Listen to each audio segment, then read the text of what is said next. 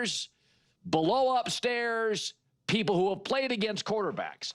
And so the tiers are pretty predictable. I don't have any real squabbles. Your tier 1 is Mahomes, Burrow, Allen, Lamar Jackson, Stafford. I agree with that. Tier 2 is Daniels, Herbert, Goff, C.J. Stroud, Jalen Hurts, Baker, Dak, Jordan Love, Brock Purdy. I'd have, tier 3, they got Bo Nix closer to the middle than the top. I'd probably change that. But here's what's interesting. Caleb Williams is bottom of tier 3. But 15 voters, about 30% of voters, already knowing what a mess the Bears were last year that wasn't Caleb's fault, the coaching staff, 15 voters have Caleb in tier 4. Tier 4, I'm not even putting on the screen. It's old Russell Wilson. It's Daniel Jones. It's Spencer Rattler. It's, it's Joe Flacco. 30% of the voters are, not going to work. That's alarming. Here's the other thing. There were a couple of quotes from coaches, and I've said I'm rooting for Caleb. I'm now in Chicago a lot. I want the football team to be good. Here's 2 quotes from coaches. One of them, a defensive coordinator, who said in terms of processing ability and getting the ball out of his hands, he was the worst quarterback we played against. He holds the ball forever. A head coach in the NFL said his processing to me was alarming watching the tape. Alarming. Also, before the game, a lot of quarterbacks played. Joe Burrow played. Mahomes played. Ben Johnson, because they had a scrimmage against Miami earlier in the week, Ben Johnson decided not to play him at all yesterday, and here was Ben Johnson's reasoning. There is no substitute for real live bullets. I get that, but at the same time, when you can accumulate 70-plus reps in a day, that's pretty good. That goes a long way in terms of where you want to go with the connection with the quarterback and his pass catchers. Yeah, and a lot of other quarterbacks in those inter-squad games, whatever you want to call them, they had 60, 70 snaps too. Bryce Young played.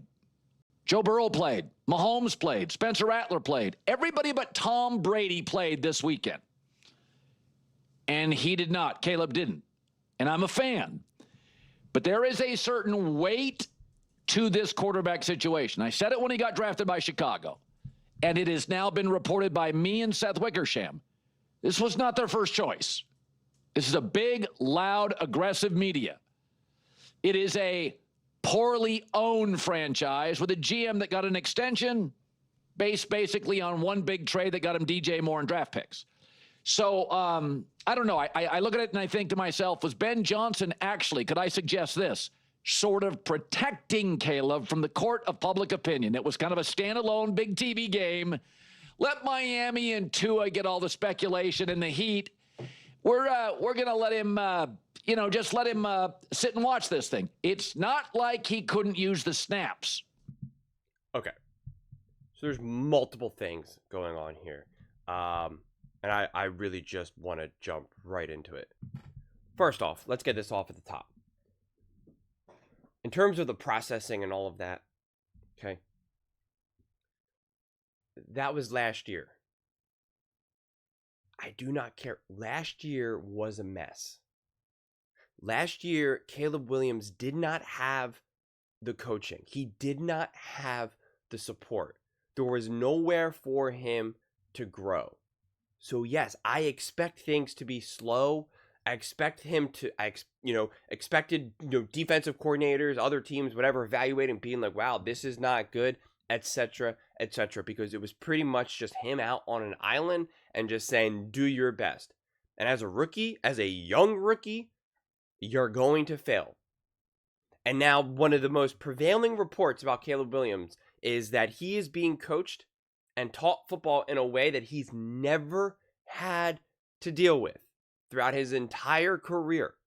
So I expect things to be a little sluggish as well. I expect struggles. And I'm on the record now saying this very firmly, that the style in which Ben Johnson is looking to coach Caleb in terms of the schemes, the philosophy, how he wants him to run his offense, it could very much well be just a style that does not fit Caleb Williams. That a more of a less thinking approach, a more robotic approach, something that I'm a huge fan of, by the way, would fit Caleb a lot better than what than what Ben Johnson coaches, and that's fine. But we're in the process now of trying to figure out that's part of being a young quarterback and a young player and a young coach, is figuring out what works and what doesn't. What does this kid need? And that's okay. And I think, listen, Caleb Williams, if you really connect all the dots and all the reports, that he is probably not ready to be trotted out there in preseason for the world to see. And what Ben Johnson is doing by holding him back is smart. It's not like, oh, I got to protect this. It's just smart coaching. We're not ready yet. I'm not going to throw my quarterback out in the line of fire. It's my job to take care of these types of things. I'm doing a lot with this kid right now. We got about a month until real games start. I want to keep practicing. I'm not gonna just throw him out there. I'm gonna wait. It's smart. It actually shows you that Ben Johnson is a grown-up. If you're a Chicago Bears fan, you should be excited about that move, actually. You could be a little concerned about your quarterback, which I think is totally appropriate and totally fair. I'm like, all right, I wish he was playing. I wish there was a little bit more confidence behind this. But be excited that you actually have a true, bona fide grown-up with some wisdom leading your team. That matters to me tremendously. And like I had said over the weekend, at the end of the day, people say, I got in this whole back and forth with this Bears fan. They're like, Ben Johnson was brought in to, for Caleb, to fix Caleb, to make Caleb great. And it's like, yes and no. Ben Johnson was brought in to be an amazing coach for the Chicago Bears. Was part of the job description to help fix Caleb? Absolutely. But Ben Johnson is his own separate hire. He was not brought in solely to make Caleb Williams work. He was brought in to make this team the best team that it can be. He was brought in to build the best team in the NFL and make it happen so that they play for the Chicago Bears. It's not the Caleb Williams show. At the end of the day, they hired Ben Johnson because they're like, we want you to lead our team, lead our offense, lead our organization. We hope that it involves Caleb Williams. And when we hire you, it's like with the hope that you're going to make Caleb Williams a superstar. But at the end of the day, Caleb Williams has a shorter, has a shorter path, a shorter lifeline than a Ben Johnson. Caleb Williams probably has 2 years. Ben Johnson will have longer than that. Like I said, if Caleb Williams struggles, they're not going to fire Ben Johnson and get another coach. And you know what? Based on what Ben Johnson is doing right now, proves he's got a great head on his shoulders. I think what he did, like him not playing Caleb, is more about Ben Johnson being smart than Caleb Williams not being ready. And we can say all these other quarterbacks. We're naming like Joe Burrow and Tua Tagovailoa. Like we're naming quarterbacks who have been around here, and then other quarterbacks are playing who got nothing to lose. So it's I get it. I really do. And we can say, oh, well, look, these other quarterbacks, got thrown out there and they were successful. And then, then I'm going to go through this because everyone's going nuts over Shedeur Sanders. And don't get me wrong, I'm going to make it as soon as I finish recording this and post it, I'm recording that video too. Like, we all need to relax about preseason to begin with. But if you really look at all the other, for the most part, any of the other quarterbacks who play, like Patrick Mahomes, I think threw one pass. So like, let's be easy on Patrick Mahomes playing. Like all the other main quarterbacks, main-ish, it was like a drive or two. And Ben Johnson's like, I don't see the point in that. I can get this kid to go, 5 for 7, 35 yards, 45 yards. That doesn't do anything for me right now.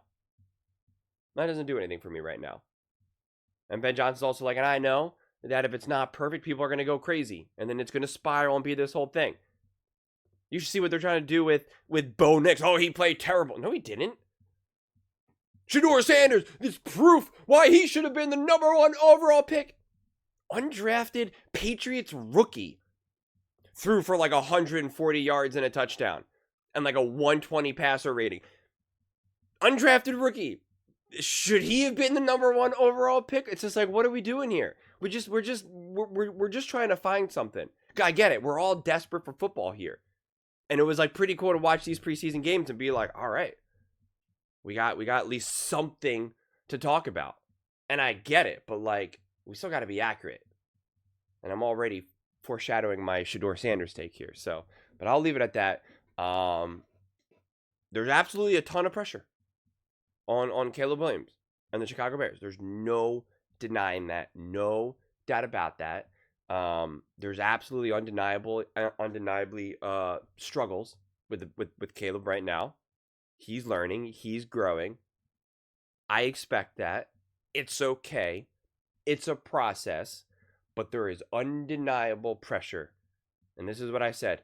If he struggles even the slightest bit, it's just open season.